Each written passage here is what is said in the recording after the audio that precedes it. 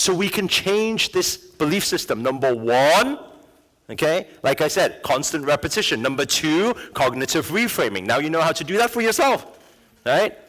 Number three, right now, it's very hard for most people to understand. By day 3, you can understand a little bit better. Number 3 is on the energetic side. It's the work that, for now, is what I do from this side. You guys just be here, that's all.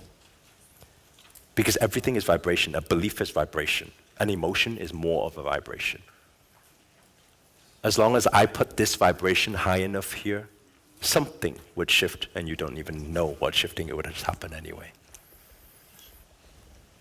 Right? So there's these 3 levels of changing that belief system.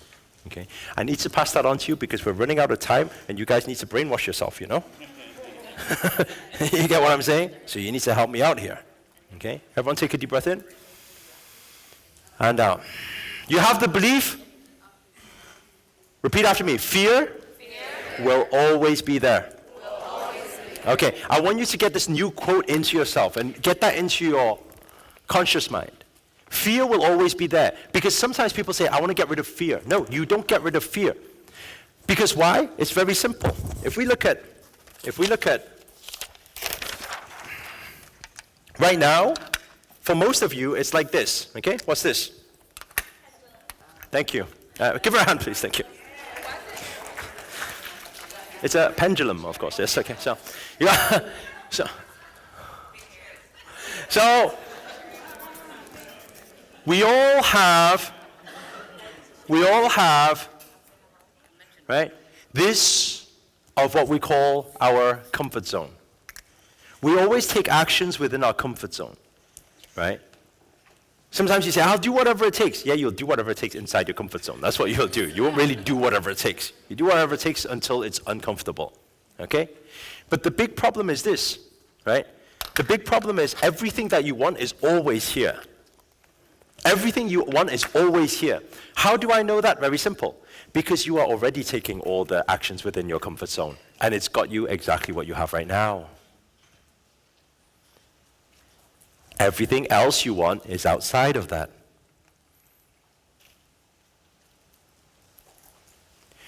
If you look at every part of my life in the whole story, it's the same thing.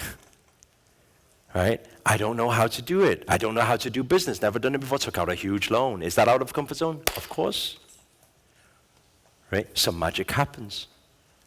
I don't know anything about franchising, nothing academic at all. What does that even mean? You know, how do you do it? It doesn't matter, just dive into it. It's out of comfort zone. Never done it before. I don't know public speaking. I just say yes and I'll just figure it out. What happens? This magic is happening. Everything out of comfort zone. Do you get what I'm saying? Every investment out of comfort zone. So the thing is this, if we know, and I want you to understand this, one of the basic human needs, according to the 6 human needs psychology, is the need for growth. What does this mean? It means we will always, every single one of you in this room, you have this need of growth within you. Whether it's in relationship, whether it's in business, you have this need for growth. And what is growth? Growth means to want more. But in our social conditioning, we misinterpret wanting more as what? Greed. Is that not true? Yeah. We say wanting more, no, that's greedy. Yeah. Right? Settle with what you have. Do you get what I'm saying? This is conditioning. But this on the other side, there's this saying that says if we are not growing, we are dying. If you're not growing, you're dying. Every day, every moment that passes by, you can't get back. If you're not growing, you're dying. And there's a lot of misconceptions here because people are thinking what? People are always thinking, no. You should be grateful for what you have. Why you keep chasing after the next thing? What I say these days, I say, be grateful for what you have, right? And keep aiming higher and higher, upgrading. If you're not upgrading, you're downgrading.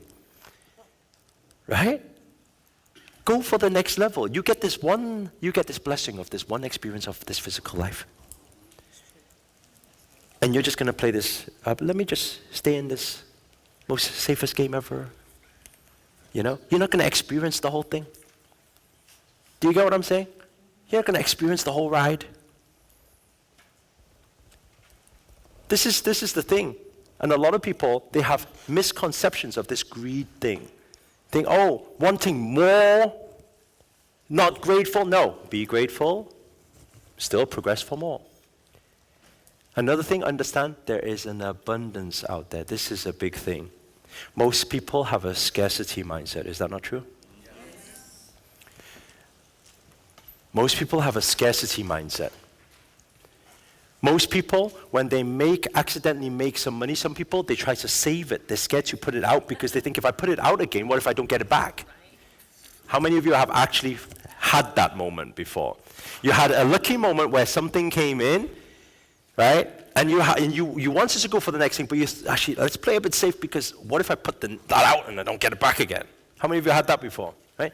That's not how energy works, because energy works in flow. What goes out must come in. This is flow. This is energy. It's not up to you. It's a law. And that's the abundance mindset, meaning there's enough to go around for everybody, right? When you win, other people don't lose.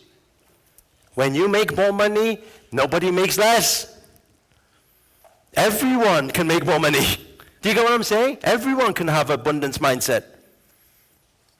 So it's okay to want more. But the thing is this, if we understand that life is about progression and then we keep going for more and more, meaning the next thing, what's the next thing, what's the next thing? It's always going to be outside of the comfort zone.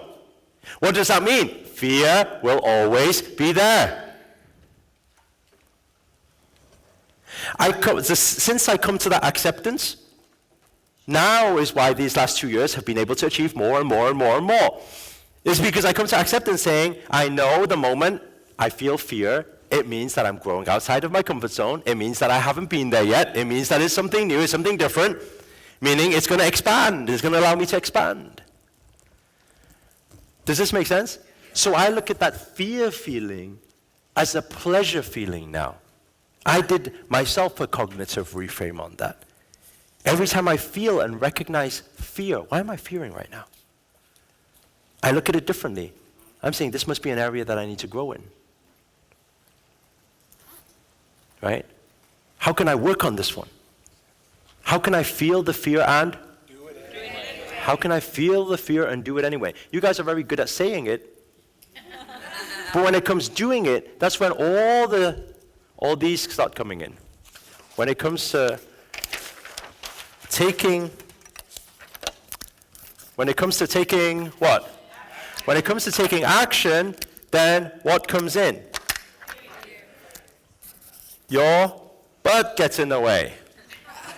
Well, I would, but I could have, but, right? And then what will happen? This will come in.